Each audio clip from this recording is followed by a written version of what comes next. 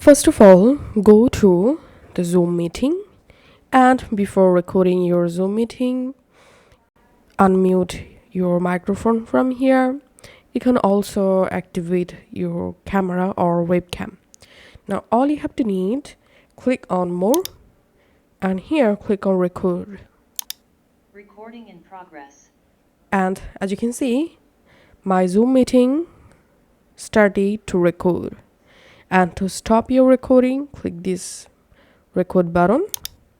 And from here, you can pause your recording and you can tap on stop recording. Recording stopped.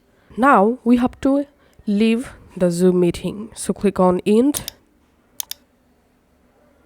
And then your MP4 or screen recording will save to this directory. So you can just go to documents, scroll down, open Zoom folder. Here, open the Zoom meeting folder.